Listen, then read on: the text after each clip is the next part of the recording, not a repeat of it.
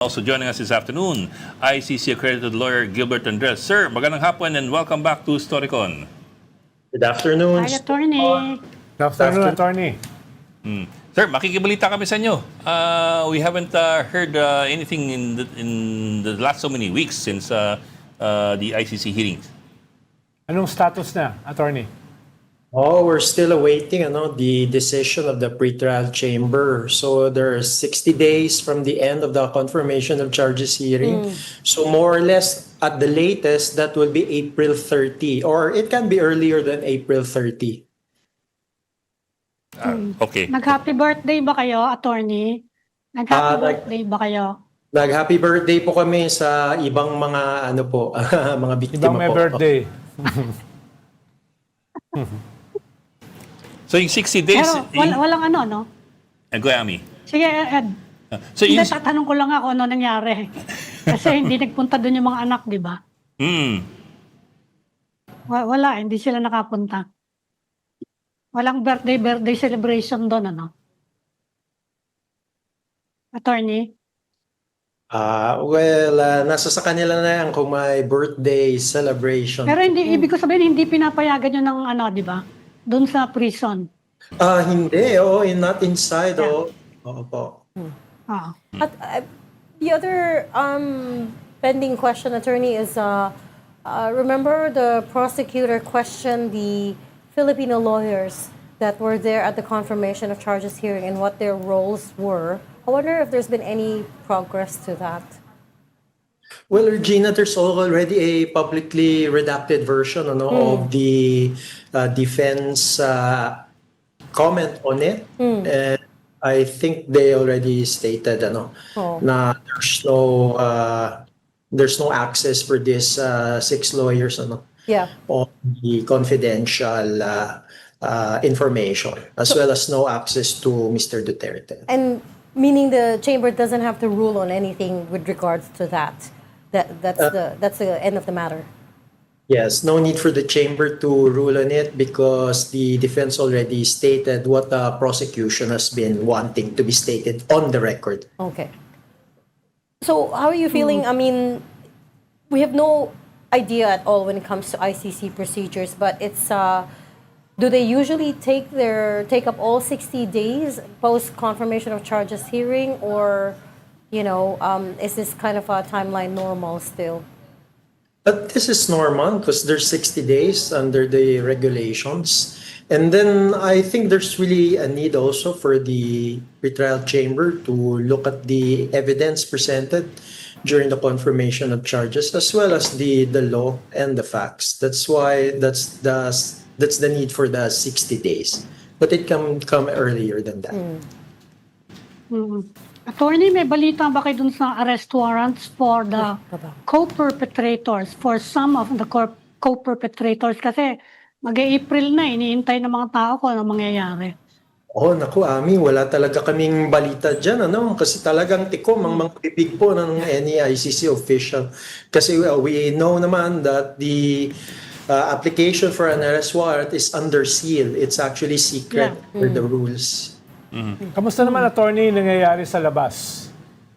Nandiyan pa rin ba yung mga different groups for or against the trial na nag-mobilize? Ronald, di ko talaga alam doon sa dahig kasi nasa Philippines na po ako Pero I presume na if there's any mobilization, there's actually there's a need for notice Dutch government for that. So just waiting lang kayo? Naghihintay lang talaga kayo? Opo, talagang naghihintay lang po kami at nagpe-prepare din po kami.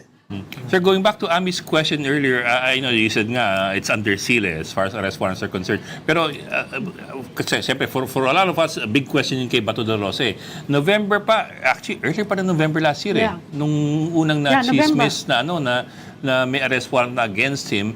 And we're all in limbo. It's already March. Well, going into April, 5 going 6 months na. We're all in limbo as to whether or not there really is an arrest warrant and whether it's just waiting to be served at the appropriate time or it's still not yet released. Is there any way that we can find out, or talagang that's out of the question? Actually, technically speaking, Ed, no one really knows outside of the ICC if there's an arrest warrant. So I think this is mere conjecture, and hypothesis. But if there's already an arrest warrant, then it will be issued through the proper channels, Yeah. and that is through a diffusion notice, that will be sent to the Philippine government, So I don't really know if there's a diffusion notice already, and if there was any, the Philippine government should already have confirmed it. Pero attorney, pwede ba na alam na lang Interpol yan? Or they're also waiting? Malalaman po niyan, Ronald, through the Interpol, through a diffusion notice. Oo. So, kailan ba nangyayaring diffusion notice, If it's an international tribunal such as the ICC. Kasi directed po yan sa state concerned. Hindi po yan ipapalabas sa 196 state members ng Interpol. So, the fact na mukhang wala pang sinasabi yung Secret. gobyerno about that diffusion notice, baka wala pa as of now. But is the host government required to make public the diffusion notice, or is it only required to make it public after No. it is served?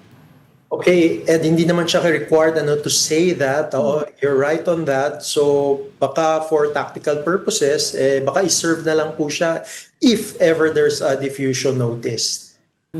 Alam In ko yun ang fact, required purpose yung ng secrecy diffusion kapag notice. diffusion Para hindi Para nga hindi makatakbo yung ina-arresto. hindi makatakbo yung huhulihin. Kaya talagang nakatago yan. Yung Kaya diffusion sa notice. secret. Para hindi bigyan ng advance warning yung huhulihin. Yeah. Yeah. Sir, Tony, did you Go. have a role in selecting the victims? At dun po sa mga victims participants po, talagang pre-trial chamber po yan, yung nag-approve, and it's through under the registry, Yung registry po, meron po silang process for that. It's through the VPRS, Victim Participation and Reparation Section. Yes. Then, eventually po, ay bibigay po yung mga pangalan sa pre-trial chamber. Now, the names of the victims are never disclosed actually to the prosecution as well as to the defense. It's only the pre-trial chamber and the registry who knows their names. So it's based on the investigation of the pre-trial chamber, yung It's- napili ng mga victims. Opo, it's based po sa intervention at sa report na kinokonduct po ng registry, And under the registry, it's the VPRS. Could you confirm how many registered victims there are now for this particular case? Remember, there was a time when I think the figure was 42, was it, or 45? Na It's the admitted victims are 539. There are 539 admitted victims. but specifically, 539 na. But specifically Opo. for this case, how many will any of them be allowed to testify, or are you going to use any representative sample? Remember, there was a controversy several months ago, over the number of victims that are being tagged to this case. Okay, in order for me to answer that, it actually presupposes the number one, it actually proceeded to trial, and we're still awaiting that Yeah. decision. And number two, the common legal representative for victims, we still have to confer, as to how many number of victims will be presented. Okay. Attorney, sinong Pero may pipili? Sino pinangalanan na, di pumipili? ba? May pinangalanan na publicly named some of the victims. At kaya ko tinatanong tong victim kasi I understand some of those named were the Parojinogs and sino yung mayor na pinatay dun sa Espinosa po. Kerwin if I'm- si Espinosa. Yeah. Opo. Kasama sila. They have been publicly named. Tama ba yun? Actually, yung publicly named po during the confirmation of charges hearing, yung mga incidents po ng Yes. murder. So, and I think that's under yung sa count 2, yung high value targets, But if you notice, dun sa count 3, which is the barangay clearance operations, wala pong na-name, except yung si Ian Lloyd de los Santos. So, because of the sensitivity of the matter po. Attorney, Yes, Sinong Ronald. pumipili Opo. sa magre-represent sa victims dyan sa trial? Sino, halimbawa, yung confirmation hearing ay may dalawang abogado na nagre-represent ng victims. So, pero may mga ibang abogado kasi na nandyan, di ba? Also representing victims. So, who chooses yung magsasalita? Paano, men? Nababalitaan kasi akong konting dynamics. Oo, actually, Ronald, talagang kami yun ang nagde-decide, ano yung Common Legal Representative for Victims. At tatlo po kami, ako, si Attorney Joel, at si Attorney Paulina Masida po.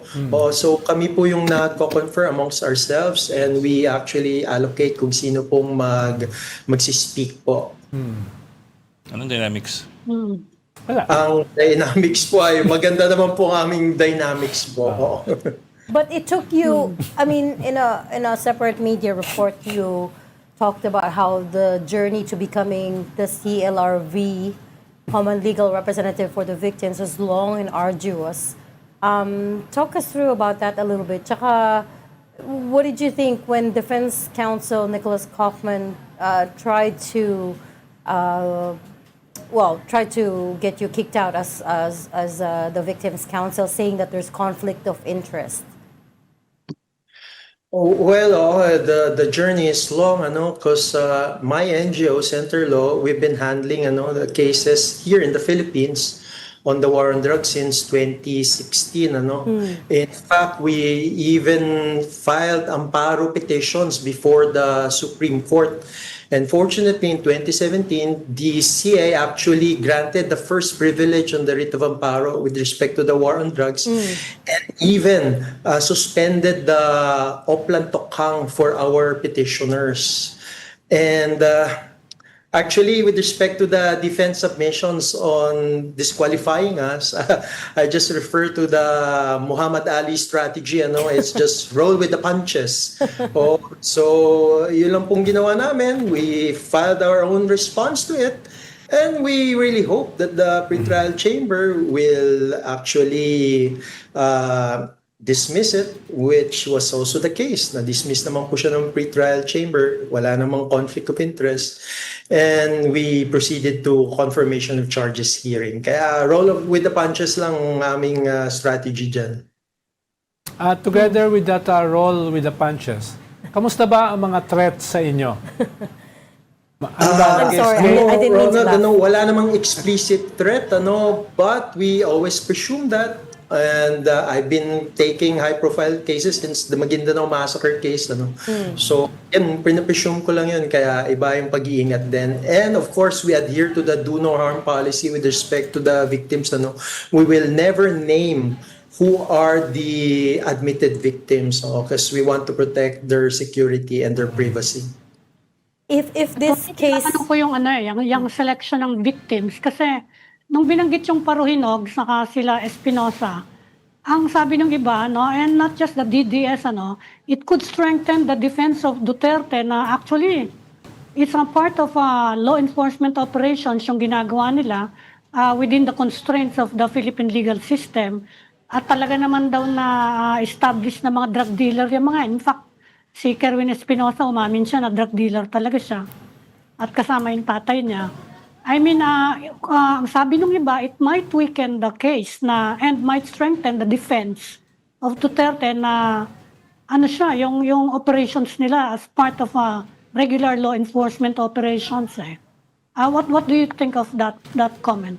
Actually, from my legal analysis of the 3 counts, I think that the prosecution included yung count 2, which is the high targets. Kasi part siya ng Oplan Double Barrel, yung CMC 16-2016, which was issued by the NPNP Chief De La Rosa, and which was actually the legal framework for the war on drugs.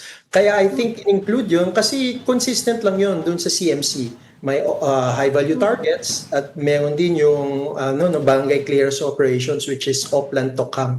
Kaya I think logic lang po yung ginamit po ng prosecution. And I really think also include yung count 1 which is the Davao killings during the Mayoral period kasi logical lang yun. Nag-start ang modus operandi ni Mr. Duterte on EJ case against supposed suspects sa Davao at in-implement niya nationally when he became president. I'm guessing, attorney, that you've prepared for all possible scenarios after this confirmation of charges hearing. If the pre-trial chamber tosses the case out, what are you planning to do? Are we appealing? May appeal process ba? Well, I don't really want to deal with that hypothetical because in fact during the confirmation of charges hearing in our closing statement that I delivered, I said that the defense did not actually Rebut. did not weaken the presentation of the prosecution, and there's substantial grounds to believe that they should proceed to trial.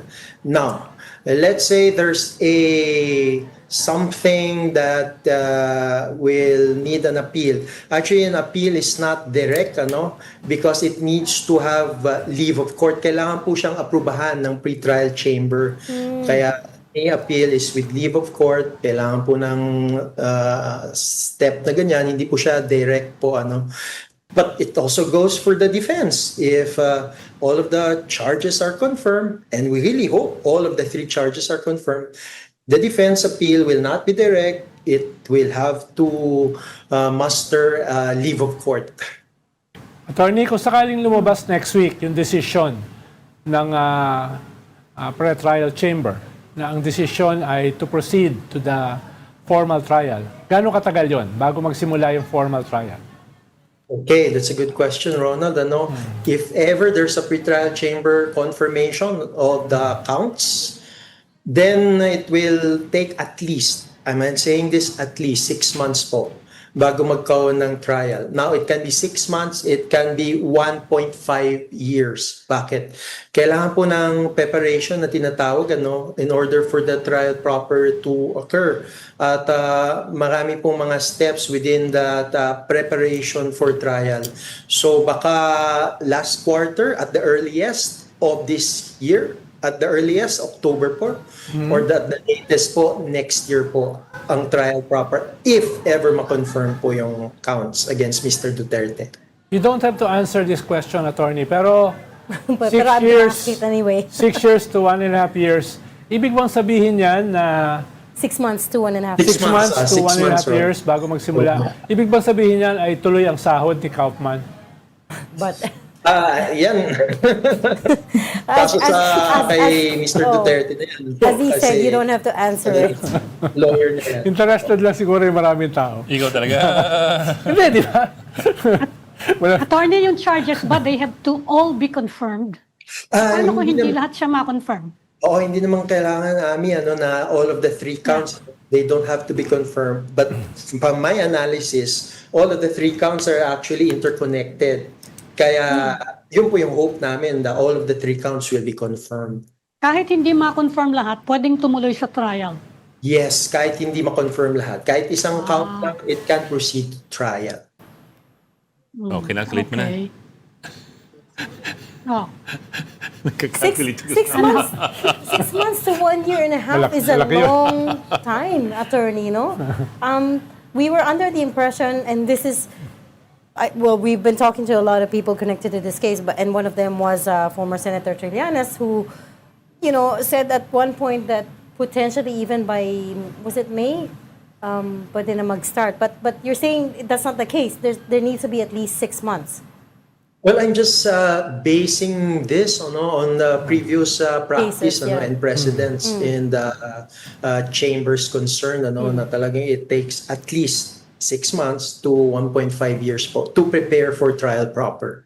Usually kasi yung mga cases sa ICC, 7 to 8 years siya. Yes, correct. Yeah. Mahaba yan. From start to finish, from start to Because conviction. remember, there will also be a disclosure proceedings, just what happened in the pretrial setting. So, mangyayari po ulit yan. Opo. 7 to 8 years, mag-calculate ka na naman yan. Parang ako eh. Pag pumayag na to go to Nakulong trial, na ako pwede nun pa rin by that i-appeal time. yun, di ba? How many appeals bago ma-final decision?